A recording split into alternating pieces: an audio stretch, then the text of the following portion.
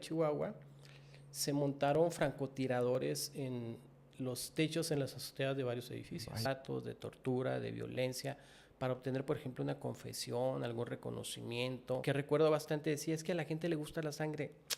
Parece que sí, pero cuando nos toca ser parte de los procesos, cuando un pariente cercano o cuando una persona es acusada de manera indebida, quien quiera conocer una sentencia, ingresa a la página, al sitio web del Tribunal Superior de Justicia. Cuando se dio la reforma que pasamos del sistema de expediente escrito al de audiencia pública, lo que la gente conoce y conoció desde entonces como los juicios orales, que son más que juicios orales, son sistemas de audiencia, en los que la prueba se tiene que llevar ahí. Si la prueba no está allí, la prueba no existe. Cuando cuestionan el trabajo que hace el juez Carlos Martínez García o el tribunal del que formo parte, no están cuestionando únicamente al funcionario, están cuestionando al profesionista, al padre de familia, al esposo. Y si el tribunal no sale a dar la cara para defender el trabajo que hacemos, pues yo tengo todo el derecho del mundo para decirle a la gente cuáles fueron las razones reales por las que se tomó la decisión, que tiene derecho a declarar. No, su derecho es a no declarar. Y si él quiere declarar para defenderse, entonces se le hace saber que todo lo que diga puede ser usado en su contra y siempre debe ser esa declaración debidamente asistida de un abogado. En mi colegio, yo entonces era vicepresidente del Foro Colegio de Abogados de Chihuahua.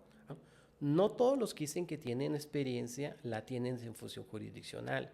Es poco el número de quienes están contendiendo actualmente por magistraturas. O al menos no tienen la experiencia, todos los años de experiencia que dicen tener. Algunos ni siquiera están en función jurisdiccional. Yo, insisto, tengo más de 30 años en esto, más de 8 como juez, más de 20 en salas penales.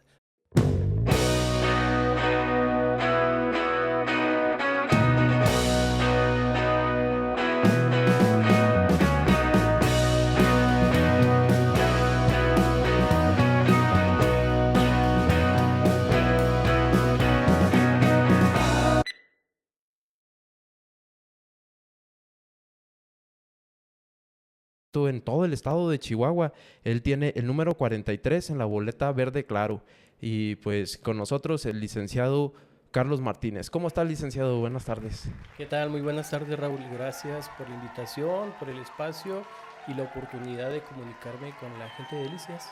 Muchas gracias a ustedes. La verdad que pues muy contentos de recibirlo y sobre todo pues viera que pues muy agradecidos y muy admirable de que pues se haya echado la vuelta hasta acá, Delicias, justamente pues porque nos platicaba de la importancia de este proceso electoral y es que pues tenemos la oportunidad, estamos de gala, tenemos un candidato a magistrado penal y pues el día de hoy tenemos algunas cuantas preguntas que estuvimos recabando justamente de toda la información que nos hicieron llegar en las redes sociales y algunas que consideramos pertinentes. Tenemos aquí pues la oportunidad de hablar con el licenciado Carlos Martínez. Licenciado Carlos Martínez García, tenemos unas preguntas. ¿Nos permite comenzar justo con ellas? Por supuesto, adelante, encantado. Muchas gracias. Bueno, la primera pregunta que tenemos es, ¿qué lo motivó a postularse? Soy postulado para una magistratura penal a nivel estatal. Yo soy juez penal desde el 2006 y como juez de enjuiciamiento en el sistema acusatorio, el sistema de audiencia pública, he trabajado tanto en Chihuahua Capital como en Ojinaga, en Ciudad Juárez durante varios años y en Nuevo Casas Grande, Chihuahua. Le comentaba fuera de cámara antes del inicio del programa que también trabajé aquí en Ciudad Delicias. Yo inicié en el Poder Judicial en el Juzgado Menor Mixto de Meoqui, Chihuahua, y de Meoqui, Chihuahua luego vine a Ciudad Delicias, donde estuve trabajando 1993-94 en el Juzgado Segundo Penal de acá de Delicias.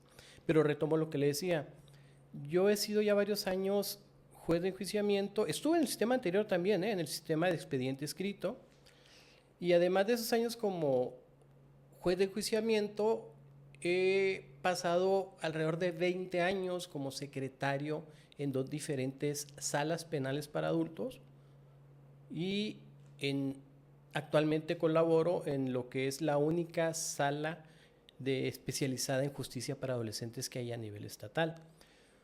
Cuando he estado como juez, obviamente hay ocasiones en que los criterios de los magistrados, que son quienes revisan las decisiones de los jueces, no se empatan o no concuerdan con las percepciones y los razonamientos que hacen los jueces. Entonces, yo viví una experiencia muy particular en Ciudad Juárez.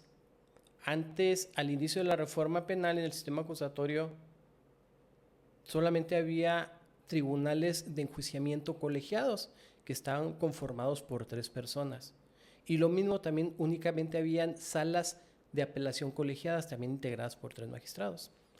En Ciudad Juárez, desde mi apreciación por la necesidad que tenía el gobierno del estado de entonces de dar la imagen a la ciudadanía, a la gente de Chihuahua, de que estaban siendo eficaces en la persecución del delito, era muy común que las sentencias de absolución que nosotros dictábamos como tribunal colegiado se revirtieran en segunda instancia y se condenara.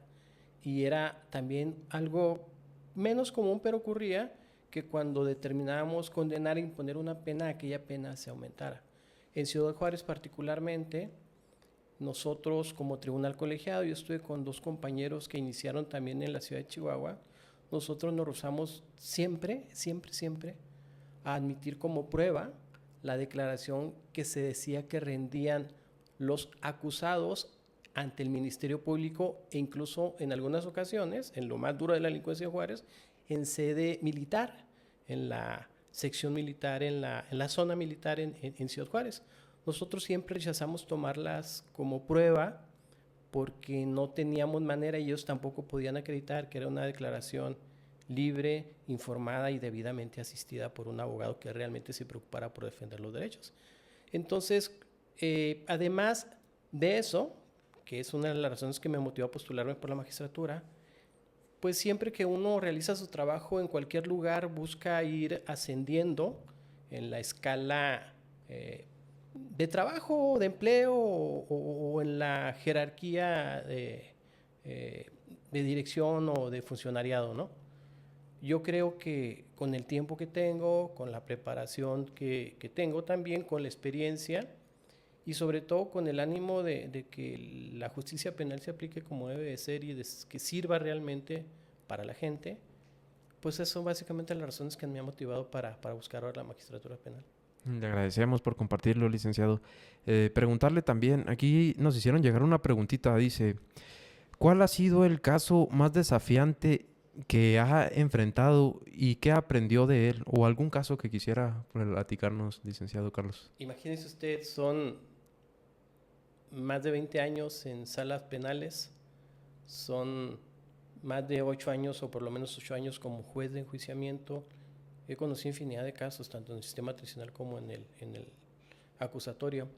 Quizá uno de los varios que recuerdo y que me dejaron marcado, fue un juicio que se llevó a cabo en el 2007, el juicio 2 del 2007, que era el segundo juicio que se llevaba a cabo a nivel estatal en el sistema acusatorio y que se refería a un hecho muy violento, una ejecución múltiple en un poblado que se ubica hacia la salida de Cuauhtémoc, Belisario Domínguez, en el que fueron privados de la vida, creo que 3 o 4 personas, una sobrevivió y se empleó mucha violencia, armas de grueso calibre, de las que utiliza el crimen organizado, intervinieron varias personas y a nosotros nos tocó conocer del juicio en contra de uno de ellos. Fue un caso muy sonado en Chihuahua, que duró varios años, pero por el perfil, además de la violencia que se empleó, por el perfil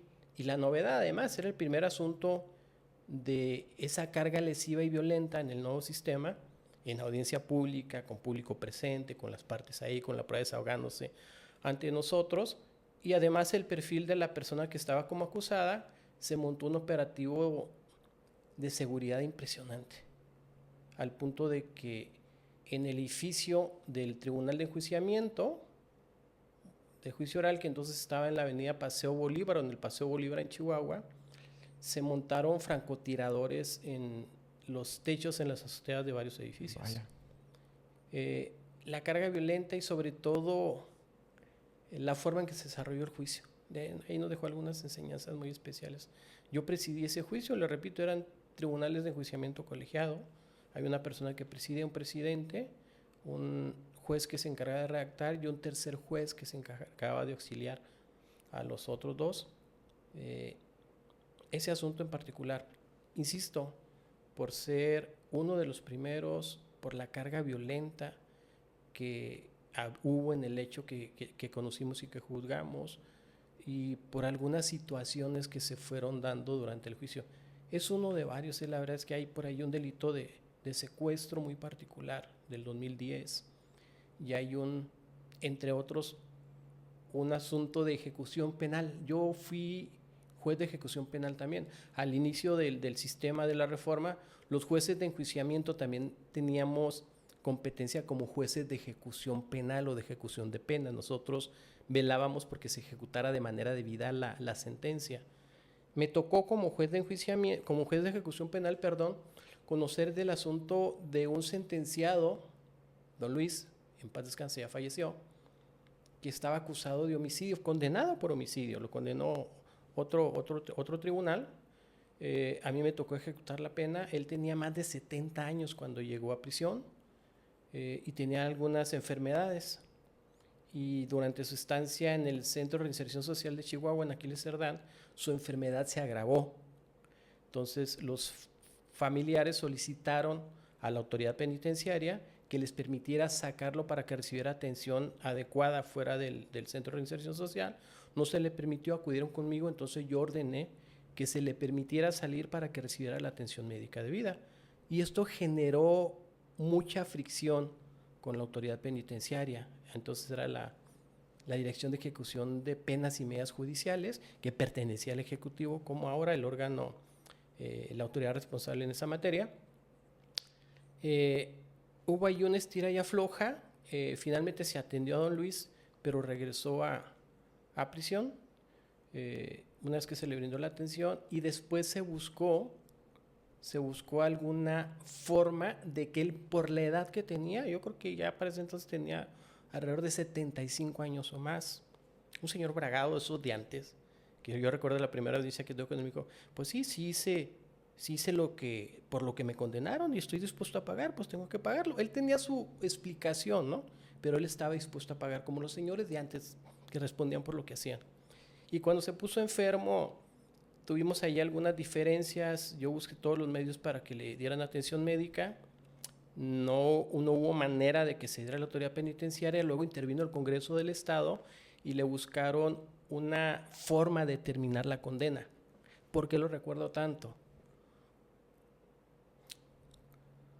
Porque don Luis sale, no sé, un día miércoles, por poner un día a la semana, se va a su casa, y el día jueves o el día viernes él fallece en su casa.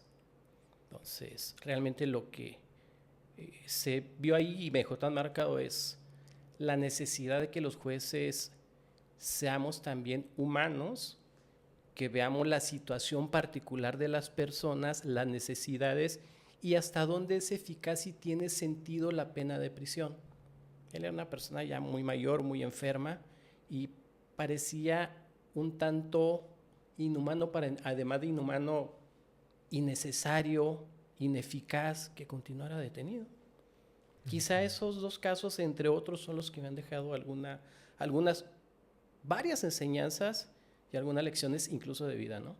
Oh, entiendo. Y gracias por compartirlo, licenciado Carlos García. Carlos Martínez García, perdón. Sí. Preguntarle, ¿considera que el sistema judicial actual garantiza el debido proceso? Yo le dije hace un momento que yo estuve trabajando varios años, desde 1992 hasta 2006, en el sistema tradicional, que era de expediente escrito, en el que el Ministerio Público, los agentes del Ministerio Público, las entonces Procuradurías de Justicia, las policías judiciales y demás investigaban y luego armaban un expediente y se lo llevaban al juez para que empezara a conocer. Yo puedo decir a partir de ese conocimiento que el cambio al sistema acusatorio trajo muchos beneficios para las personas, porque ahora en lugar de que se hiciera de esa manera la investigación, por ejemplo en juicio, las pruebas tienen que desahogarse ante el juez de enjuiciamiento. Si la prueba no se desahoga ahí, la prueba no existe. Y el Ministerio Público, que a fin de cuentas es una parte, es una autoridad, forma parte del Ejecutivo, pero es una parte en el proceso, pues ahora ya no puede preconstituir pruebas, sino que tiene que llevarlas ante el Tribunal de Enjuiciamiento para que éste las conozca de manera directa, las valore y pueda decir con mayor cercanía a la verdad y con mayor tutela a los derechos tanto de la parte acusada como de la parte ofendida y de quien está acusando, que es el Ministerio Público. Yo creo, estoy convencido de eso, que en un inicio con el Código de Procedimientos Penales local que teníamos en Chihuahua, porque Chihuahua fue pionero en esta reforma, Chihuahua fue el primer estado del país que adoptó de manera integral en todo su territorio el nuevo sistema acusatorio. Sí, se avanzó mucho para garantizar el debido proceso.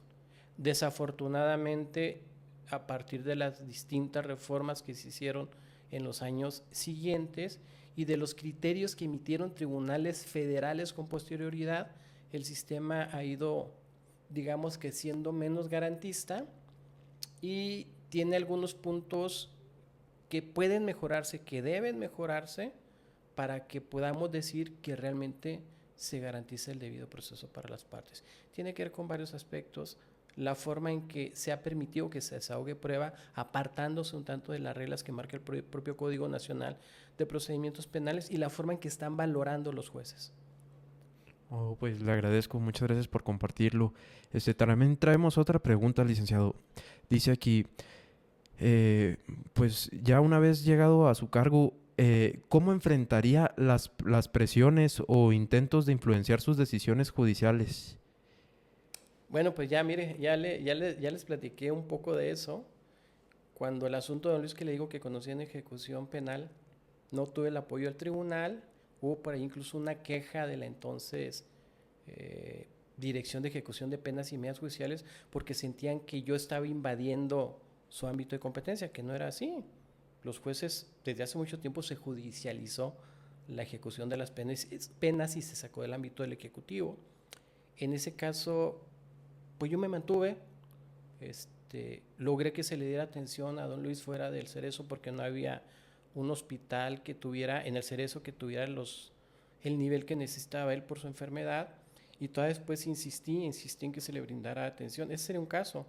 Le comenté también que otro de los asuntos, a una pregunta que me hizo antes, que me generó también bastante enseñanza y recuerdo bastante bien, fue un asunto de secuestro del 2010, en el que conocimos, también presidí ese juicio, un tribunal colegiado, de un asunto de secuestro. Enjuiciamos a un grupo de personas que se decía que se dedicaban a privar de la libertad en varios estados de la República. En esa ocasión conocimos por un secuestro que se dio, no estoy cierto si en Delicias o en Jiménez. Nosotros los enjuiciamos en Chihuahua. El secuestro es uno de los delitos más violentos que más agravian a la gente. Son de los que más daño causan por la zozobra que generan, el sentimiento de impotencia en las víctimas y en las familias de quienes son privados de la libertad y luego les exigen algún tipo de rescate, ¿no? En esa ocasión no recuerdo exactamente si 6 o 7 enjuiciados, entre ellos un muchacho muy joven de 20 o 21 años, que nosotros como tribunal colegiado nos convencimos de que no tenía ninguna participación. Ellos estuvieron privados de la libertad mucho tiempo, entonces nosotros tratábamos de llevar a cabo los juicios en el menor tiempo posible. Nosotros absolvimos a varios de ellos en el primer juicio, y ahí hubo presiones, y yo me atrevo a decirlo porque pues, los dos jueces que intervinieron conmigo entonces estuvieron presentes cuando el entonces presidente del tribunal nos pidió que resolviéramos en determinado sentido. Es la única ocasión en mis más de 30 años que me ha tocado que alguien del tribunal o alguien externo me presione para tomar una decisión. No había prueba para condenar a los que absolvimos, Afortunadamente, al igual que yo, mis compañeros tuvieron la firmeza para negarse. Terminamos absolviendo a una parte, ellos condenamos, no recuerdo si a 2, a 3 o a 3. Y esa es la forma en la que un juez debe enfrentarse a ese tipo de presiones. Por allá en 2011 yo escribí un artículo, yo estoy dado a escribir y a salir a medios. No me quedo nada más en mi función de juzgar, soy muy activo en algunas otras áreas que tienen que ver con el sistema de justicia, con fiscalías, con prisiones. Ahí le contaré alguna cuestión que me pasó en Ciudad Juárez también. Yo escribía por allá en 2011 un artículo que publicaron algunos diarios escritos, entonces eran diarios impresos en el 11 todavía, en el que hablaba de que los jueces debemos juzgar con valor, precisamente por una decisión que se tomó en el 2010 que marcó mucho el sistema de justicia penal en Chihuahua, el caso de Rubí en Juárez. Oh, sí. Nosotros fuimos enviados a arreglar, decían, lo que habían hecho mal los jueces. Yo soy de la opinión de que los jueces resolvieron como debían resolver. Y cuando llegamos a Ciudad Juárez, por este asunto que le digo que conocimos, en el que no accedimos a resolver en la forma que nos pidieron, el primer asunto que conocimos fue precisamente una ejecución. Y nosotros absolvimos porque la prueba no alcanzaba para condenar a quienes fueron acusados. Entonces se nos vino la prensa encima y hubo declaraciones del entonces gobernador César Duarte y del entonces presidente ya fallecido del tribunal, que decían que los jueces no debían juzgar únicamente con la fría letra de la ley, algo así, sino que debían tener, no recuerdo, empatía o algún otro tipo de actitud.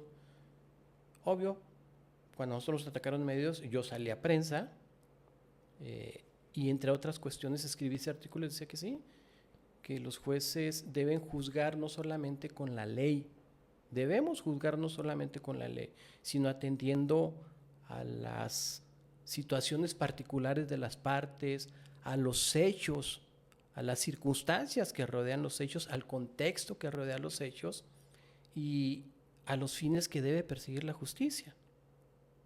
Contribuir realmente a resolver los conflictos que se generan. Le decía, debemos juzgar no solamente con la ley, sino atendiendo esto que acabo de mencionar, pero siempre debemos juzgar con la ley como elemento fundamental. Cuando los jueces nos apartamos de lo que dicta la ley, de lo que establece la ley, podemos lesionar y generalmente ocurre que se cometen arbitrariedades contra las personas, acusados o víctimas, de manera indistinta.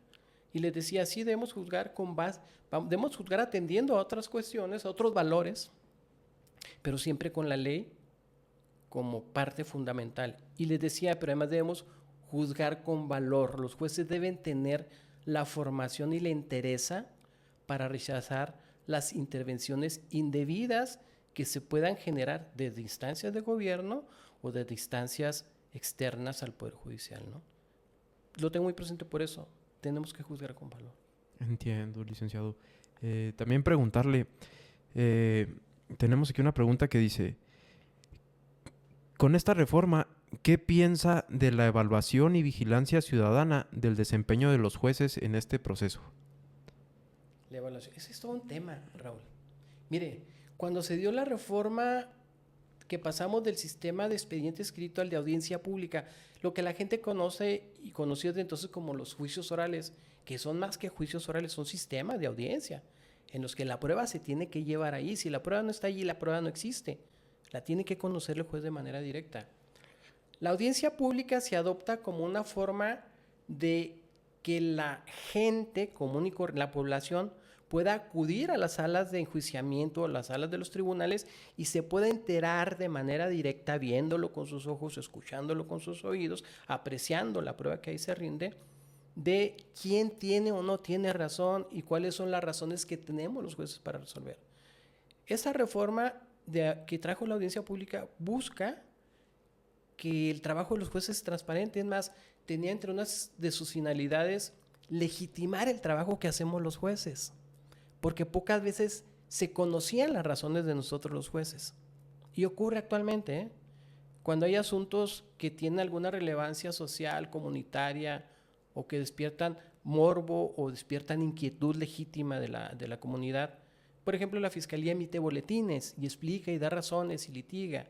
Algunas veces los defensores también lo hacen, pero los jueces rara vez podemos o queremos o nos tomamos la libertad de dar explicaciones.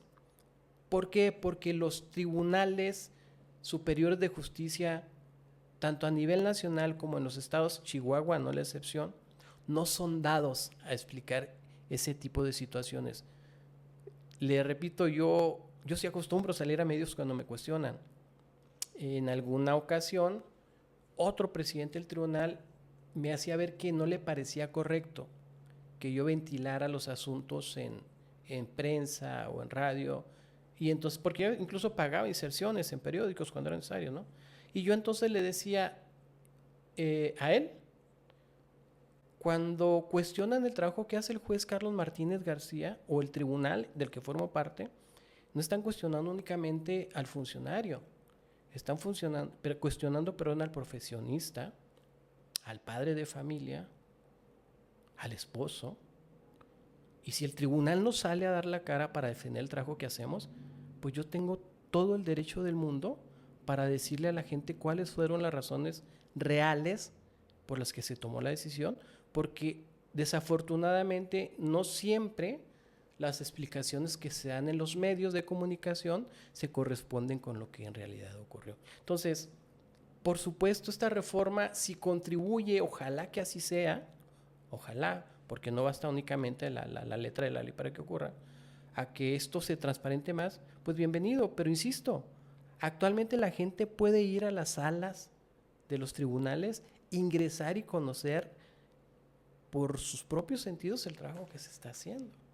Y además de eso tenemos, qué bueno que me pregunte y qué bueno que lo recuerdo, hay una página en el sitio del Tribunal Superior de Justicia donde están las versiones públicas de todas las sentencias que se dictan, ¿eh?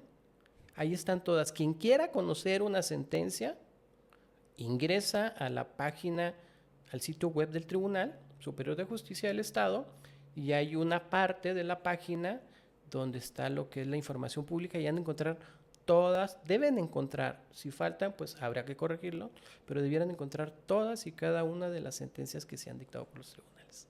Oh, qué bien, y gracias por compartirnos el dato. También tenemos otra pregunta por aquí, Lick.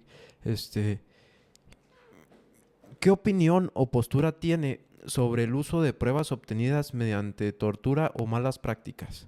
Mire, la opinión que pudiera tener sale sobrando porque hay una disposición estricta en la Constitución, ¿no? En el artículo 20, por ejemplo, tenemos una ley general para prevenir y sancionar el delito de tortura. Todas las actuaciones, todas las pruebas que se obtengan con base en actuaciones o conductas de la autoridad que violenten a las personas, que las hagan objeto de malos tratos, de tortura, de violencia, para obtener, por ejemplo, una confesión, algún reconocimiento o algún medio de prueba, pues deben declararse, son ilícitas y deben excluirse. Es un tema muy relevante, yo le decía hace rato, lo de las confesiones rendidas ante el Ministerio Público. El artículo 20 constitucional otorga a toda persona que es acusada de un delito el derecho de no autoincriminarse.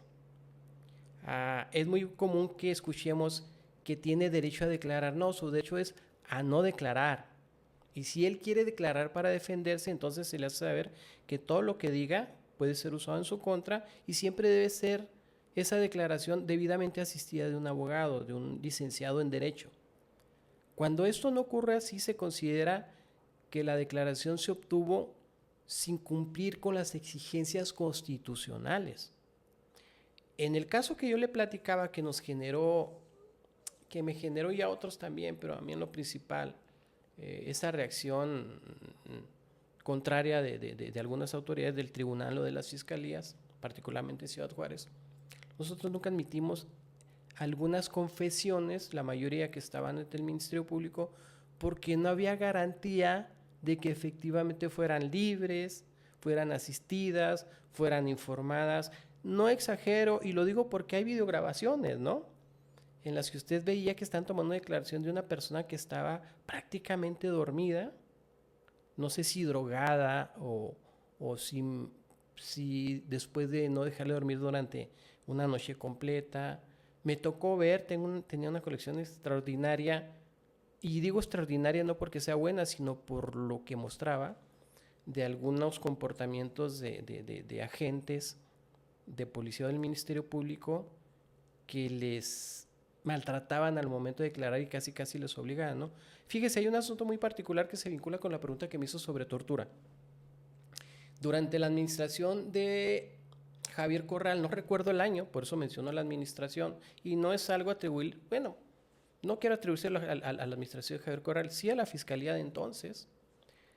Junto con un grupo de abogados denunciamos, insisto, a mí me gusta intervenir y actuar en algunos otros ámbitos de la administración de justicia que lesionan derechos de la gente. Denunciamos un hecho de tortura en la Fiscalía Especializada en Combate al Delito de Extorsión en Ciudad Juárez. Y lo denunciamos porque teníamos la videograbación en la que un par de imputados por ese delito, declarando en esa fiscalía, estaban, como comúnmente se dice en el ámbito de la delincuencia, tapeados y con bolsas en la cabeza, atados de manos, y eran maltratados por un agente del Ministerio Público.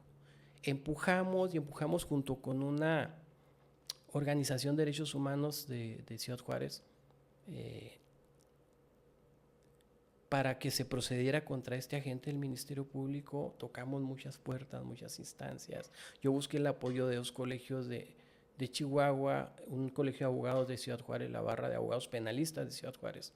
Y por más que empujamos, no pudimos lograr que se sancionara a este funcionario. Tortura evidente, pero además demostrada con evidencia irrefutable, videograbada. Entiendo, Lick.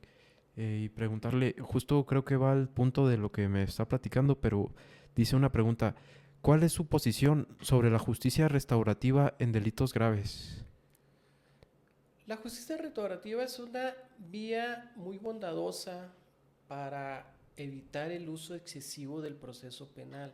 Hay ocasiones en las que usted como juez, quienes son abogados lo saben, hay ocasiones que la parte que es ofendida por un delito ni siquiera está interesada en que la persona que cometió el hecho que le dañó vaya a prisión. En ocasiones se conforma o con el resarcimiento del daño, hasta con una disculpa o con otra forma de reparación, ¿no? Ahí es muy importante la justicia restaurativa. Pero yo soy de la opinión, puedo estar equivocado, no soy poseedor de la verdad absoluta, que es muy difícil que la justicia restaurativa tenga aplicación en delitos de mucha lesividad o de mucho daño.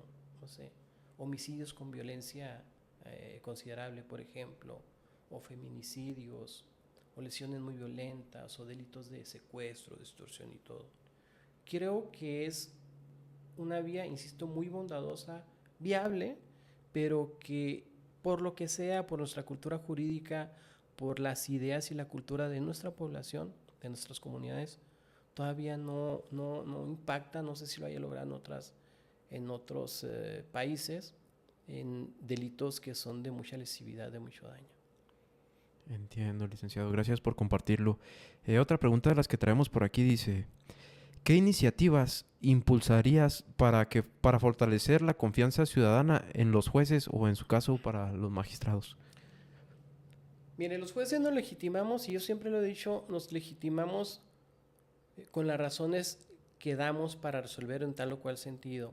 Y nos legitimamos en la medida que esas razones, que esas explicaciones que demos sean comprensibles para la gente y además estén apegadas a la prueba que se ventila en las audiencias. Es la única forma que tenemos para legitimarnos, insisto. Cuando un juez no da suficientes razones para tomar una decisión en uno o en otro sentido, o cuando el juez da razones que no tienen mucho sentido común, que no se ajustan a las reglas de experiencia, a las reglas de la lógica, a las máximas de experiencia, por ejemplo, ¿no? Generalmente esa decisión es mal acogida, tanto por las partes que intervinieron en el proceso, como por la propia comunidad cuando son asuntos que trascienden, por cualquier razón, porque son muy violentos, porque causan un daño muy considerable o porque generan alarma. Entonces, nosotros nos legitimamos por las explicaciones y las razones, los argumentos con los que sustentamos nuestra sentencia, nuestras decisiones. ¿Qué promovería? Insisto, como esta es la forma en la que podemos tener más que comunicación, tener legitimación con la gente, ¿qué promovería? Buscaría el medio, el mecanismo, la forma en que los jueces, cuando son cuestionados, principalmente cuando son cuestionados, pudieran explicar de cara a la comunidad, no solamente a quienes estuvieron en la sala de audiencias, explicar las razones que tuvieron y por qué se resolvió de determinada forma, claro, cuidando los datos personales de identidad de quienes estuvieron involucrados. Porque, insisto, no siempre las razones que dan los medios de comunicación son realmente las que se vivieron o se conocieron en las audiencias. Yo creo, estoy convencido, de hecho, que sería la forma en la que podríamos acercarnos y legitimarnos con la comunidad. Ahora que traen tanto de moda, si cabe la expresión, ahora todo el mundo, los candidatos están hablando de tener empatía, de tener cercanía con la gente. Bueno, pues de estar abiertos a la comunidad. Insisto, la audiencia pública permite que conozcan lo que hacemos. La empatía es algo muy complejo. Los jueces y los magistrados, porque los magistrados son jueces de segunda instancia, insisto, son quienes revisan las decisiones que toman los jueces. Los jueces nos parecemos un tanto a los árbitros, ¿no? Quien ha jugado deporte sabe de esto. Generalmente la decisión que tomemos, casi siempre, con alguna excepción, muy contadas, pero casi siempre va a dejar inconforme a alguna parte de las que estuvieron en juicio. ¿Por qué? Porque siente que perdió. Si las razones que a uno le convencen, quizá esa inconformidad sea menor, pero tenemos que legitimarnos. Entonces, es muy difícil que seamos empáticos, como dicen ahora, tanto con la parte acusada como con la parte ofendida o con la víctima del delito. Yo creo que más que ser empáticos con las personas, los jueces tenemos que ser respetuosos de las personas y respetuosos y defensores, principalmente defensores y empáticos con los derechos de las personas. Yo no puedo en un juicio, sería un riesgo muy grande de perder la imparcialidad que debo tener como juez, tener empatía por una sola de las partes y no tenerla con la otra. Pero es muy difícil cuando usted está conociendo un conflicto en el que se dice que quien es acusado dañó a quien aparece como víctima o es ofendido, pues es muy difícil que usted sea empático con las dos partes, ¿no? Por eso insisto, se debe ser empático con los derechos de las personas, se debe tener apego a los principios del proceso penal y se debe tener muy claro cuáles son los fines del proceso. Cuando un proceso penal no contribuye a solucionar el conflicto, a suavizar el conflicto, a que la víctima se sienta satisfecha, a que el acusado, porque ocurre, sí se da, que el acusado diga, le ponía el ejemplo de don Luis, que en paz descanse, ¿no? Sí, sí lo hice y pues tengo que pagar por eso, ¿va? Pero voy a pagar en la justa medida. Las penas que se imponen no deben ser ni excesivas ni desproporcionadas. Tenemos que garantizarles a ambos, tanto a la parte acusada como a la que es víctima del delito, el acceso a la justicia. ¿Qué es el acceso a la justicia? La posibilidad de acudir a un tribunal en el que se sientan escuchados, se sientan atendidos y en el que tengan la sensación real, el convencimiento de que además de escucharlos, el juez o los jueces, los tribunales, resolvieron de conformidad con lo que la prueba mostró y sin favoritismo para ninguna de las partes. Entiendo. Gracias por compartirlo, licenciado Carlos Martínez García. También preguntarle, ¿qué piensa de la justicia digital y su implementación en el ámbito penal? Justo ayer, no sé si se enteró, ayer se celebró el primer debate entre candidatos a magistratura. Estuvieron en un debate virtual mediante una plataforma quienes aspiran a ser magistrados o magistradas de disciplina del Tribunal Superior de Justicia. Y al menos una de las personas hablaba del uso de la inteligencia artificial para las decisiones, si entendí bien. Yo tengo 57 años actualmente, estoy un poco distanciado de los avances tecnológicos, bromeo con mis hijos, yo tengo hijos, un joven y un par de adolescentes, pero me he preocupado por empezar a conocer lo que es la inteligencia artificial. No quiero quedarme a un lado porque además soy catedrático, doy clases a estudiantes de universidad, de la carrera de Derecho principalmente. Actualmente solo de la carrera de Derecho. Y el uso de la inteligencia artificial y de las nuevas tecnologías, pues se da tanto en el estudio, en la docencia, y algunos defienden su empleo en la administración de justicia. Yo sigo rechazando su uso al momento de resolver las controversias, sobre todo en materia penal y en materia familiar, no solo en penal, ¿no? No sé, quienes ejercen jurisdicción en materia civil, pues ellos podrán opinar, pero la materia penal debe tener un contenido, un alto contenido humano. Vamos, estamos trabajando no con cosas ni con objetos. Nuestro trabajo se refiere a las personas, a la vida de las personas. Las decisiones que tomamos impactan de manera muy intensa en la vida de las personas. Los jueces penales resolvemos, entre otras cuestiones, y principalmente sobre la libertad personal de las personas. Cuando usted toma una decisión en virtud de la cual priva de la libertad a una persona, impacta no solo la vida personal de quien es recluido en un cerezo, un centro de inserción social, no, impacta en el ámbito familiar, le impacta en el ámbito laboral y en el ámbito comunitario. Lo mismo ocurre cuando, debiendo dejar cautelado en prisión preventiva a una persona, el juez toma una decisión errónea y lo pone en libertad, ¿no? Poniendo en riesgo otros valores, la seguridad de la víctima o la propia seguridad del proceso.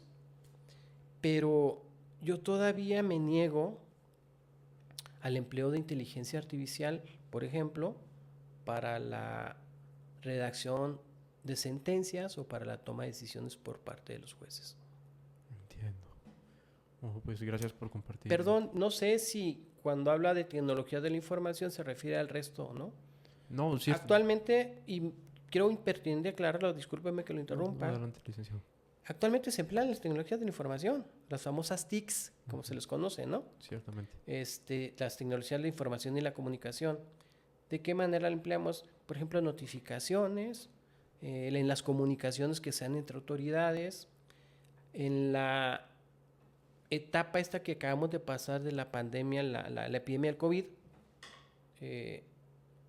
se empezó a intensificar el uso de lo que llamamos la justicia virtual, en la que se pueden interponer denuncias, querellas, se pueden hacer gestiones ante el tribunal y el tribunal puede resolver a distancia. Hubo infinidad de audiencias por las necesidades sanitarias que significó ese momento, esa situación particular. Las audiencias se celebraban a distancia, con alguna plataforma, ¿no? Con tecnología de información y comunicación, o vía Zoom, o vía alguna otra plataforma, se usaban varias entonces. Sí, los tribunales tienen que actualizarse en el uso de tecnologías. Es correcto que hagamos uso de las tecnologías de comunicación, porque además eso permite disminuir gastos, disminuir costos, permite agilizar los procesos, da muchas ventajas, ¿no? Dese una idea. Si usted en un asunto, por ejemplo en un juicio, va a notificar a testigos, a imputados si está en libertad, a la víctima o al ofendido, a los abogados, tiene que girar oficios a la autoridad policíaca para que resguarde la audiencia, tiene que girar oficios a la autoridad penitenciaria si es que está interno el acusado o el imputado para que lo trasladen y demás. Imagínense la cantidad de papel que se utiliza y de tinta. Un oficio para cada uno con sus copias respectivas, ¿sí? Cuando hacemos uso, por ejemplo, del WhatsApp, del teléfono, del correo electrónico, pues disminuimos costos y agilizamos. Ya el Código Nacional de Procedimientos Penales, seguramente usted lo sabe, permite las notificaciones por estos medios y las comunicaciones entre autoridades cuando las partes lo autoricen o los abogados lo autoricen, y en todos los casos con las autoridades. Entendemos, gracias, Lick. También preguntarle, ¿qué lo diferencia de otros candidatos a este cargo de magistrado penal? ¿Qué me hace diferente? ¿Qué ofrece Carlos Martínez? Carlos Martínez ofrece su experiencia, pero su experiencia real en función jurisdiccional. Hay algunas personas que ahora en esta contienda dicen, tengo 20 años en el Poder Judicial, tengo 15 años como funcionario público, tengo 12 años en un tribunal. No, espérame, pero ¿cuántos de esos años realmente ha realizado función jurisdiccional? ¿Cuántos de esos años ha actuado como juez? No en labores administrativas, no en áreas que no tienen nada que ver con la tarea de juzgar, de valorar prueba, de tomar decisiones, de dictar sentencias. Mi experiencia como juez en las ciudades de mayor incidencia delictiva, Chihuahua capital, Ciudad Juárez, en las épocas más duras, en parte de las épocas más duras, mi experiencia en el sistema tradicional, porque hay algunas experiencias y algunos aprendizajes que tomas desde allá que te sirven aquí. ¿Qué les ofrezco? Mi honestidad. Yo soy una persona que vive de su trabajo, no vivo en uno de los mejores fraccionamientos de Chihuahua, no vivo en el Campestre, no vivo en el San Francisco, no tengo otras propiedades, vivo de mi trabajo. El salario que te paga el tribunal es muy decoroso, te permite cubrir tus necesidades. Quizá está un poco caído el salario, pero sigue siendo decoroso, les ofrezco la honestidad, les ofrezco la experiencia, les ofrezco mi preocupación real y mis ganas de servir a la gente. Mira, por ejemplo, actualmente si tú revisas la ley, la Constitución y el Código Nacional de Procedimientos Penales, el tiempo que una persona puede estar en prisión preventiva sin juicio es hasta de 2 años. Y en algunas ocasiones incluso puede ir más allá, ¿no? Yo me aprecio de que en todos los juicios que yo conocí como juez unitario, no en colegio, en ninguno de ellos las personas que juzgué estuvo más de 1 año en prisión preventiva. Todos los juicios procuré, y eso lo hacen algunos jueces, algunas veces se puede hacer, otra no. Yo me aprecio de que siempre lo hice, siempre los juicios los resolví tratando de que la gente y logrando que la gente, los acusados, estuvieran más de 1 año en prisión. En un par de ocasiones se cumplió el año y lo cambiamos la medida de prisión por una serie de medidas distintas, Y alguien decía entonces, es que se van a ir, es que están por homicidio, es que están por violación. No se fueron. Y lo más destacable de ese tipo de decisiones es que de 3 casos que recuerdo en particular, en 2 resultaron absueltos. Es decir, evitamos que estuvieran en prisión de manera indebida porque a fin de cuentas fueron absueltos. Me aprecio también de escuchar a las víctimas, de buscar las maneras para que las víctimas obtengan resarcimiento del daño con los medios que la ley da, porque un juez, insisto, no puede nunca, porque corre el riesgo de incurrir en arbitrariedades, no puede nunca resolver al margen de la ley. Sí podemos buscar la manera de interpretar la ley de manera más favorable para las personas, y debemos hacerlo, pero nunca al margen de la ley. ¿Qué me hace diferente de los otros candidatos? Lo que acabo de mencionar. Básicamente yo creo que eso sería, ¿no? No todos los que dicen que tienen experiencia la tienen en función jurisdiccional. Es poco el número de quienes están contendiendo actualmente por magistraturas. o al menos no tienen la experiencia, todos los años de experiencia que dicen tener. Algunos ni siquiera han estado en función jurisdiccional. Yo, insisto, tengo más de 30 años en esto, más de 8 como juez, más de 20 en salas penales, auxiliando a magistrados. Entonces, creo que lo que sé, la experiencia que tengo, el perfil y la honestidad, no tengo ningún procedimiento de queja abierto, nadie me ha acusado de recibir dinero en estos más de 30 años. Pues eso es lo que vengo a ofrecer, ¿no? Muchas gracias. También preguntarle, licenciado, ¿cuál sería su mayor prioridad si llega al cargo de magistrado en materia penal? Bueno, pues la primera prioridad que debemos tener es hacer efectivo lo que marca la Constitución y la ley. El proceso penal en esto no tiene vuelta. La forma de concretar la justicia en materia penal es dando cumplimiento, entre otros, a los fines que marca el artículo 20 constitucional en su párrafo primero. ¿Cuál? Dice que el proceso tiene como finalidad conocer la verdad, proteger al inocente y que el culpable no quede impune, pero siempre con respeto a los derechos humanos de las personas. Es decir, frente a este dilema que durante mucho tiempo se ha planteado de si privilegia el Estado el respeto a los derechos humanos de las personas o debe privilegiar la eficacia por encima de cualquier cosa, es decir, detener a los responsables y meterlos a prisión, la Constitución es clara, ¿no? Dice, a ver, tú siempre tienes que respetar los derechos humanos de las personas. ¿Qué es lo que dice con eso?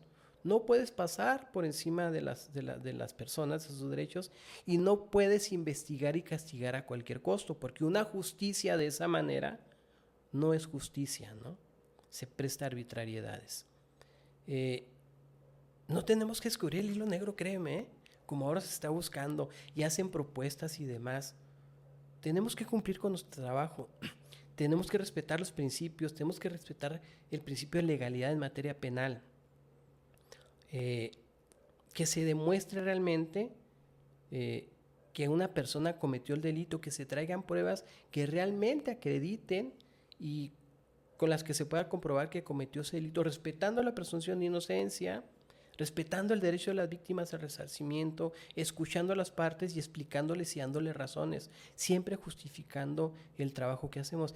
¿Qué haría también? Por lo que te comentaba hace un momento, buscar el conducto, el medio, el canal adecuado para que la gente, cuando nos pida explicaciones a los jueces, podamos decirle, a ver, este asunto se resolvió de esa manera y se tomó esa decisión por estas razones, porque la prueba dijo esto y porque ante eso no podemos resolver de otra manera. Es bien especial, yo les digo mucho a mis alumnos de derecho procesal y de derecho penal. Contra lo que la mayoría de la gente cree, el derecho penal no se creó para castigar a los delincuentes. No, el derecho penal escrito y sobre todo el proceso penal se crearon para disminuir la violencia y la arbitrariedad del Estado, como una forma de proteger a las personas contra el poder que tiene el gobierno y el Estado mismo, ¿no? El fin principal del proceso penal, y más en los términos en que está legislado en la Constitución y en el Código Nacional de Procedimientos Penales, es velar por el respeto a los derechos de las personas, es velar por el debido proceso. Es, en pocas palabras, que se castigue a quien deba castigarse porque se demostró que cometió un hecho que es delictuoso y se exculpe de cualquier castigo a quien es acusado, pero no se aporta la prueba para demostrar que realmente él cometió el delito que se está mencionando. A veces se nos olvida esto. Decía un maestro que recuerdo bastante, decía, es que a la gente le gusta la sangre. Parece que sí, pero cuando nos toca ser parte de los procesos, cuando un pariente cercano o cuando una persona es acusada de manera indebida, entonces nos percatamos y entendemos que el proceso penal debe ser respetuoso de esto, debe ser garante y que los jueces no estamos para cumplir los deseos de venganza de algunos, ¿no? No, los jueces no estamos para eso. El proceso penal no es para vengarse. El proceso penal, insisto, es para contribuir a restaurar los derechos que fueron violentados. Hay daños que no se remedian. A una persona que es privada de la vida, tú no puedes solucionar eso. Una persona que es lesionada y tiene secuelas que ya no se pueden sanar, ya no lo puedes remediar. La angustia, el dolor, la zozobra que viven las víctimas de secuestro o de extorsión, por ejemplo, eso no lo puede remediar. Las víctimas de violación o los niños que son víctimas de abusos no lo puede remediar. Pero sí debes buscar que siempre que se capture y se lleve a proceso a los responsables de ese tipo de acciones, se les sancione con la medida justa que debe sancionárseles. En ocasiones, con todo el rigor de la norma, con todo el rigor de la pena, y en ocasiones atendiendo a los contextos y atendiendo a circunstancias muy particulares, quizá de manera más razonable, ¿no? Ahí es donde entra el trabajo fino de los jueces. Yo les digo que juzgar no es sencillo, decidir no es sencillo. Yo les comento a algunos de mis alumnos, por ejemplo, que en más de una ocasión, antes de resolver una sentencia o inmediatamente después de haber tomado una decisión en juicio, no era poco común que yo llegara a mi casa, a tu casa, y antes de comer algo, de cenar algo, porque nosotros trabajamos hasta tarde, ese es otro tema también.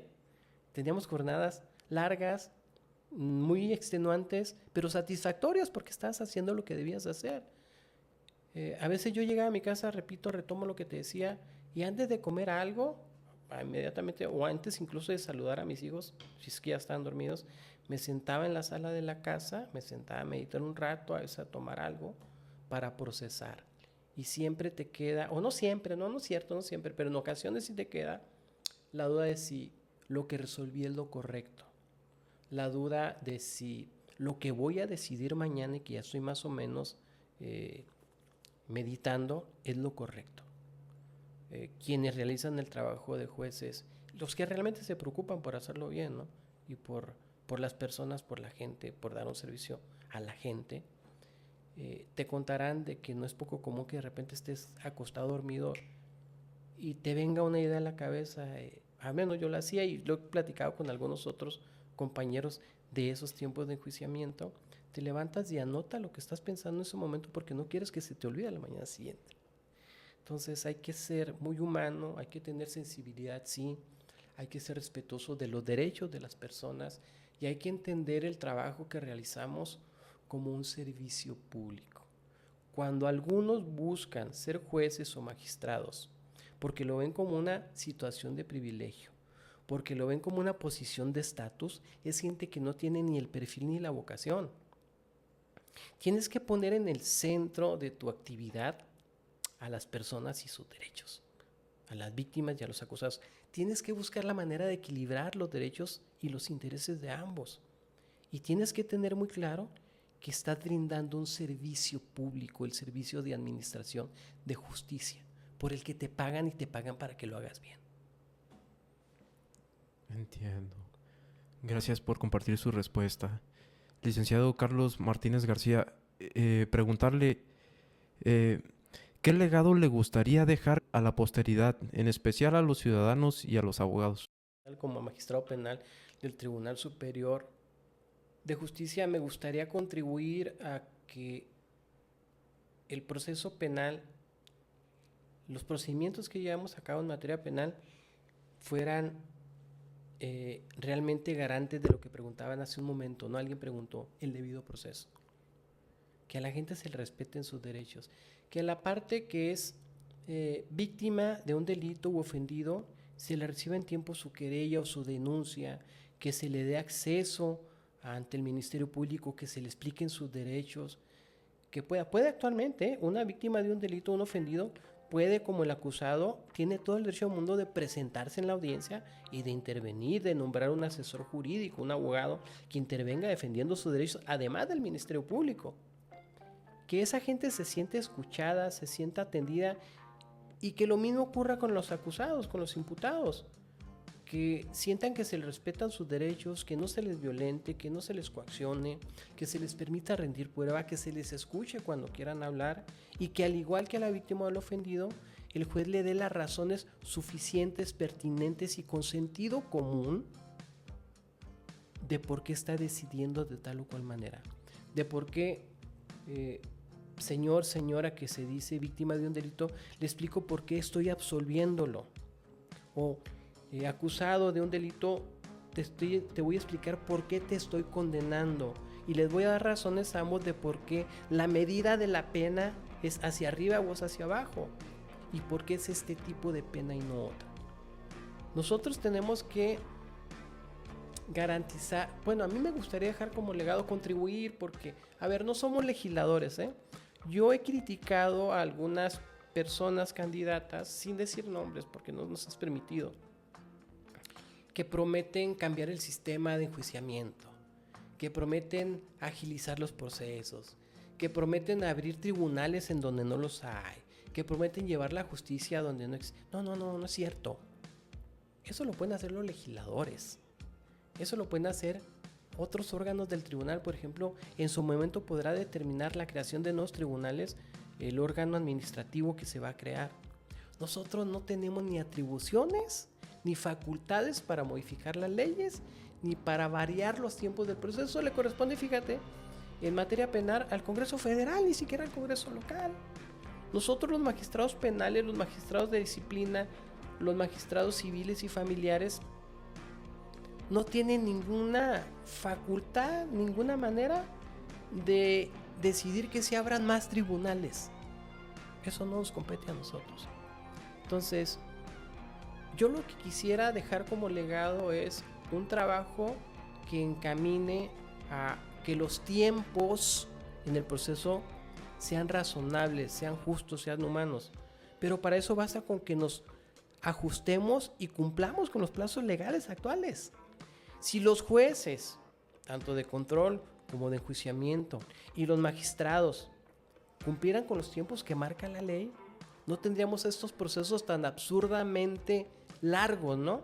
Que lesiona tanto a la parte acusada, principalmente si está privada de libertad, y a sus familias, como a la parte que es víctima del delito, porque se le retrasa el resarcimiento del daño en aquellos casos que proceda. Y sobre todo, se dice mucho y es verdad, es algo que la gente lo repite, ¿no? Justicia tardada no es justicia. El acceso a la justicia debe ser oportuno. Hay casos, tú lo conocerás, en que, por ejemplo, la Suprema Corte de Justicia resolvió un asunto que se le planteó 8 o 10 años antes, ¿no? O que un hecho que ocurrió 8 o 10 años. Dices, bueno, ¿esto realmente será justicia? Si nosotros nos sujetamos a respetar los derechos de las personas que concurren ante los tribunales como víctimas, ofendidos o imputados o acusados de un delito, si le damos el trato respetuoso a las partes, a los abogados, a los agentes del Ministerio Público, si respetamos los plazos legales, los tiempos legales, y si damos razones y nos preocupamos de explicar nuestras decisiones, entonces el sistema de justicia penal va a mejorar, pero va a mejorar sustancialmente, créemelo. Decías, ¿cómo logramos? O algo platicamos hace un momento, de que la gente tenga confianza en sus jueces, en sus tribunales. Pues de esta manera, de esa manera es como podemos volver a legitimar el sistema de justicia penal. Muchas gracias. Ya casi que para cerrar, disculpe, tenemos unas preguntas que nos están llegando, que hay algunas personas que nos preguntan, ¿en dónde estudió, licenciado? Yo soy egresado de la Facultad de Derecho de la Universidad Autónoma de Chihuahua. Allí cursé también la maestría en Derecho Penal. Tengo una maestría, cursé una maestría en Sistemas Penales Comparados y Prevención del Delito, que se impartió por parte de la Universidad de Barcelona, por conducto aquí en Chihuahua de la entonces Procuraduría de Justicia del Estado. Realicé un curso como formador o capacitador de formadores en el sistema acusatorio, el que entró en vigor en Chihuahua en el 2007, en Santiago de Chile, de manera presencial y de manera virtual. Ese fue auspiciado por el Centro de Justicia de las Américas, con financiamiento también de USAID y de una agencia canadiense. Tengo una especialidad en justicia penal para adolescentes. Te decía hace un momento que tengo algunos años, actualmente colaboro con el magistrado titular de la Sala Unitaria especializada en justicia para adolescentes. Tengo varios cursos en el sistema acusatorio. Me ocupo mucho de estudiar, porque además me gusta lo que es las cuestiones de psicología vinculadas al proceso penal, psicología del testimonio, psicología forense. Me ocupo de estudiar el razonamiento probatorio. Vamos, esa es mi preparación. Gracias por compartir. La otra pregunta que tenemos por aquí, creo que en un momento ya lo mencionó, pero para hacer la pregunta que nos acaba de llegar, ¿qué edad tiene el licenciado? Decía hace un momento, tengo 57 años. 57. Ingresé al Poder Judicial, lo mencioné hace un momento, en 1992 como secretario del Juzgado Menor Mixto de Mioqui, Chihuahua, que ese juzgado es el que tiene la extensión territorial más amplia del estado. Pero, y esto me gusta decirlo, qué bueno que lo volviste a preguntar y qué bueno que lo traje a la memoria. Yo egresé de la licenciatura en 92, y alguien dirá, pero ¿cómo es posible que recién egresado haya ido a Mioqui? Bueno, lo que ocurre es que los salarios que en ese tiempo se pagaban no eran muy significativos, eran mal pagados y esos puestos no eran muy disputados.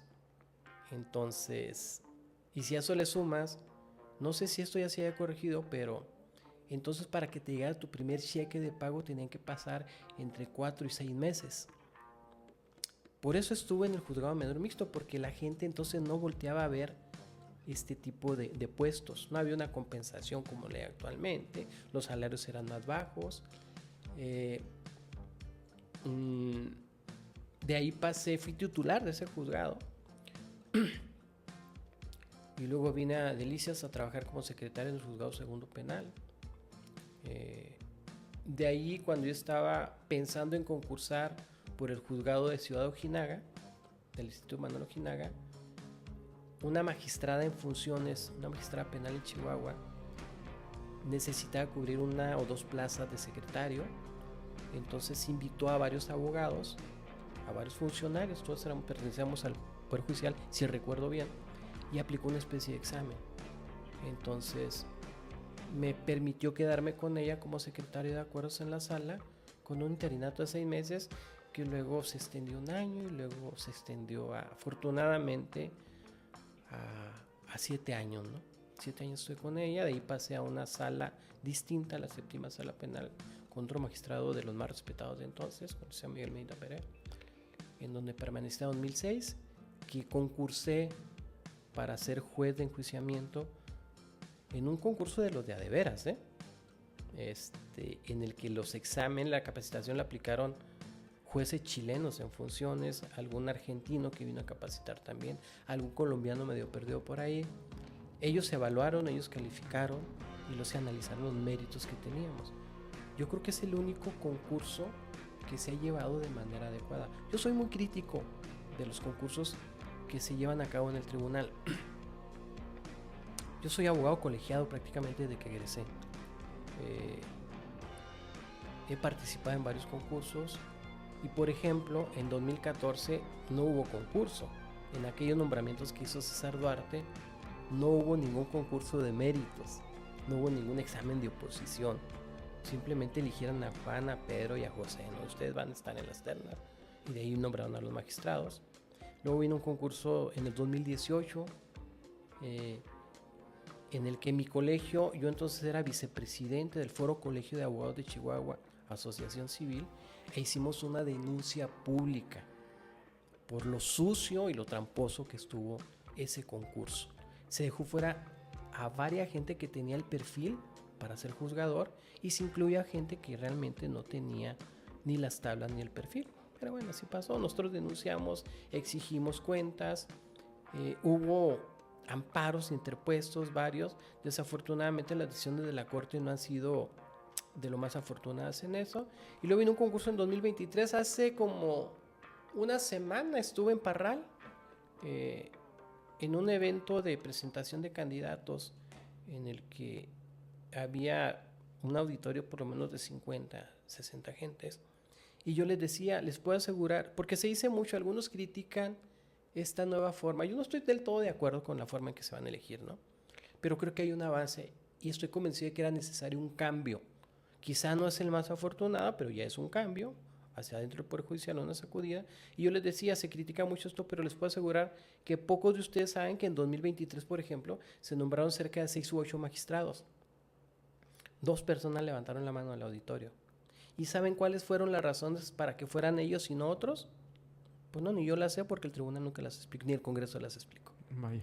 Desafortunadamente la Corte, la Suprema Corte de Justicia, ha adoptado un criterio, me parece completamente censurable, en el que habla de la facultad soberana del Congreso para decidir quiénes van a ser los magistrados. Pero discúlpame, la Constitución obliga a todas las autoridades a ajustarse al principio de legalidad. En la Constitución no dice que los congresos no están obligados.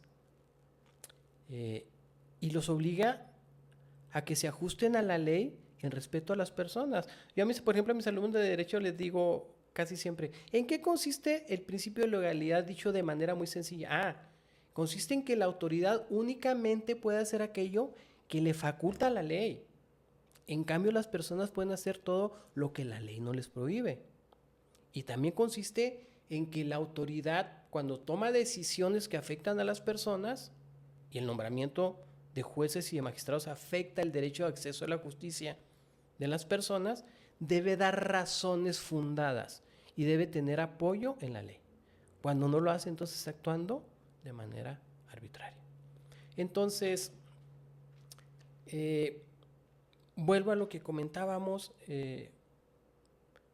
los nombramientos, estos procesos deben, ojalá fuera así, me queda claro que no necesariamente va a ocurrir, ojalá llegaran los perfiles que son los más adecuados para tutelar los derechos de la gente, para resolver en justicia, con equidad, viendo por los derechos de las personas.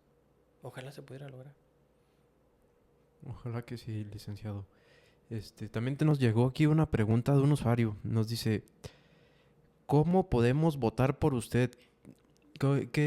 ¿Cómo le podemos decir aquí a la persona que pregunta? Mira, qué bueno que lo preguntaron porque a mí ya se me estaba pasando ese punto. Generalmente la gente va a las casillas y le entrega unas papeletas en las que aparecen emblemas o logos de partidos. Y ya la persona vota cruzando el emblema, ¿no? Ahora no son elecciones por partidos políticos. Ahora en lugar de ¿qué fueron? Cerca de 5 boletas en la última elección. Ahora les van a entregar 13 boletas de diferentes colores.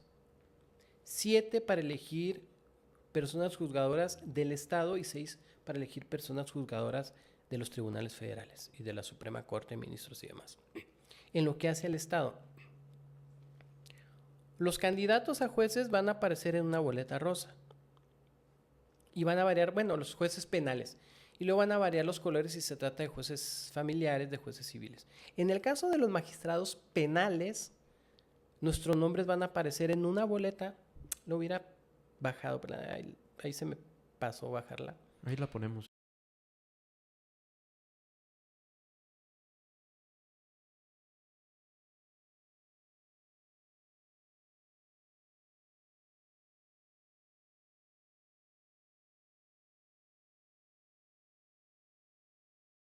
Es una boleta que viéndola de frente primero es de color verde claro. Son colores muy tenues, muy poco comunes. Algunos dicen que es verde paja, otros dicen que es verde menta, otros dicen que es pues verde bajito, verde claro, ¿no? Un verde raro. Si tú ves la boleta de frente, va a traer, viéndola de frente, insisto, en el lado izquierdo un listado con nombres de mujeres que pretenden ser magistradas. Son candidatas a magistradas, cada una identificada por un número. Del lado derecho, un listado con nombres de hombres que somos candidatos a magistrados, cada uno identificado con un número. Entonces, una boleta verde con 2 listados, uno de mujeres y uno de hombres identificados por sus números. En la parte superior del listado de mujeres aparecen 5 cuadros en blanco. En esos cuadros, tú en lugar de cruzarlos o de tachar el nombre de la persona, vas a colocar en ese cuadro el número de la persona a la que le quieres dar tu voto. En el lado de las mujeres, los de las mujeres, en el lado de los hombres vas a colocar el número de aquella persona, hombre, candidato a magistrado, a quien tú quieres darle tu voto. ¿Colocando qué? El número nada más. Por eso hago mucho énfasis en que yo estoy en la boleta verde claro con el número 43. Poco sentido tiene que te grabes los nombres en este momento porque lo que vas a colocar son los números. Y yo además insisto mucho en esto porque hay otro candidato a magistrado penal que tiene casi mi mismo nombre, ¿sí? Tiene el segundo apellido diferente, pero también se llama Carlos y su primer apellido es Martínez. Yo soy Carlos Martínez García. Les decía, así como los apellidos de un gobernador del estado, ¿no? Carlos Martínez García. Estoy con el número 43 en la papeleta verde. Van a tener oportunidad de votar por 5 mujeres y por 5 hombres. Pero habrá quien diga, pues ni los conozco o no quiero votar más que por 1 o por 2. Yo lo que les estoy aconsejando es que no dejen cuadros en blanco en ninguna boleta. Que todos los cuadros de las boletas que les den, que dejen sin colocar un número, los cancelen. O con una línea horizontal o con una tacha. ¿Para qué? Para evitar que luego esos se vayan a utilizar de manera indebida y alguien pueda poner otros números para favorecer indebidamente a las personas. Entonces, de esa manera se va a votar. Ojalá que la gente salga a votar, que haga uso de este derecho para que sean ellos quienes elijan a las personas juzgadoras. Ojalá que se tomen la molestia de analizar los perfiles, de revisar cuál es nuestra experiencia, nuestra preparación, nuestra historia de vida. Y qué bueno que espacios como este que tú tienes, Raúl, se ocupa de llevar esa información a la gente y de contribuir para que conozcan tanto la forma de votar como los perfiles de algunas personas que buscamos ser juzgadores o que no ser electos juzgadores por primera vez, sino que incluso buscamos permanecer como juzgadores o cambiar dentro del mismo tribunal, como es el caso de un servidor, ¿no? Le agradezco mucho. Licenciado, ¿hay algún mensaje final que le gustaría dar para cerrar este podcast? Sí. Yo quiero insistir en que la justicia penal, por muy lejana que la vean, es un área de la que nos debemos preocupar todos, toda la sociedad. Ojalá que nunca tengan la necesidad de pasar por un proceso penal, porque de por sí no es grato, ¿no? Ni como víctima, ni como acusado, mucho menos. Pero que se tomen el tiempo para ir a votar y traten de que las personas que sean electas como juzgadoras sean personas que tengan la sensibilidad, la preparación, la experiencia y el respeto por las personas y por sus derechos, para que si algún día una persona cercana a ellos tiene la desfortuna de ser acusada de un delito o de sufrir un delito en carne propia, pues entonces puedan contar con que la persona que está ahí enfrente va a resolver de la mejor manera. Me va a tomar un minuto para comentar esto. Yo comparo mucho la función del juez con la de un médico. Yo les digo, lo platico también con mis alumnos y me gusta repetirlo a la gente, en la facultad no aprendemos a ser abogados ni a ser jueces. Entiendo que tú eres egresado de Derecho y creo que podrás confirmar esto. Ahí recibimos la formación básica para luego adquirir destrezas, experiencias y demás, ¿no? Desarrollar los conocimientos que allí nos dan. Creo que lo mismo ocurre con un médico. Cuando una persona termina su carrera de medicina, no la llevan de inmediato a realizar intervenciones quirúrgicas o a tratar enfermedades graves o a prescribir medicamentos para padecimientos que son serios, ¿no? Entiendo de lo que sé de medicina, de las experiencias de personas cercanas, por eso son los famosos internados, ¿no? En donde van a acompañar a médicos de mayor experiencia para conocer realmente cómo se realizan las intervenciones y para adquirir destrezas y prepararse más allá de la teoría en la forma real de intervenir. Creo que con los jueces pasa lo mismo. Cuando tú te enfermas de una enfermedad seria, cuando requieres una intervención quirúrgica, una operación, y te presentan la opción de decir, bueno, quiere que lo opere una persona que acaba de egresar, que tiene el mejor promedio, acaba de egresar de la carrera de medicina con el mejor promedio, o quiere que lo opere un médico que egresó ya hace 10 años y que tiene una carrera como cirujano y que por el trabajo que ha hecho lo recomiendan ampliamente. ¿Por qué optarían? Pues seguramente por el médico con experiencia, ¿no? Creo que tratándose de los jueces es algo similar. En materia penal principalmente, la resolución debe tener como base el sentido común, las máximas de la experiencia, lo que aprendes en la vida. Yo no minimizo ni denosto a quienes son muy jóvenes y pretenden ser jueces, pero sí me queda claro que tienen una, no sé si llamarlo desventaja, o tienen un área en la que no pueden ofrecer lo mismo que otros, porque falta experiencia. Entiendo. Entonces, ojalá que la gente salga a votar, ojalá que se tomen la molestia de conocer, de preguntar a los que saben, para que hagan la mejor elección. Y yo insisto, si no votan, vayan y cancelen las boletas, vayan y tachen esos cuadros que les tocan, vayan y ejerzan su derecho, ¿no? Porque hasta de esa manera lo hacen. Pues muy agradecidos, y licenciado Carlos Martínez García con nosotros.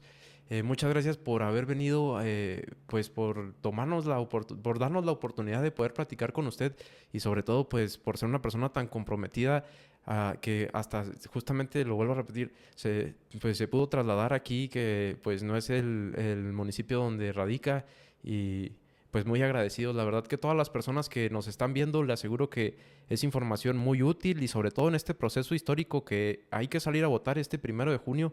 Recuerden muy bien pues todo lo que se ha platicado en esta charla, y recuerden, Carlos Martínez García, número 43, boleta verde claro para magistrado penal. ¿En dónde? En todo el estado. Muchas gracias por estarnos acompañando. Recuerden suscribirse, y magistrado, muchas gracias, licenciado. Te reitero mi agradecimiento a ti, y buenas noches, buenas tardes, ya no sé ni qué hora estamos, y sobre todo un saludo a todo tu auditorio y el agradecimiento por su paciencia. Muchas gracias, y muchas gracias por estar aquí. Bueno, hasta el próximo video, amigos. Suscríbanse, dejen sus comentarios que los leemos. Sus redes sociales antes de que cerremos. Estoy como Carlos Martínez García en Facebook, como Carlos Martínez García en Instagram, me parece también, y como Carlos Martz, M-A-R-T-Z en X. Perdón, qué bueno, si me permites, hay una página, hay un sitio web, lo localizan como carlosmartinez43.com. carlosmartinez43.com. Ahí encuentran más información de un servidor. Gracias. Muchas gracias. Y recuerden, el 1 de junio, número 43, boleta verde claro. Carlos Martínez García. Hasta el próximo video. Nos vemos, amigos. Cuídense.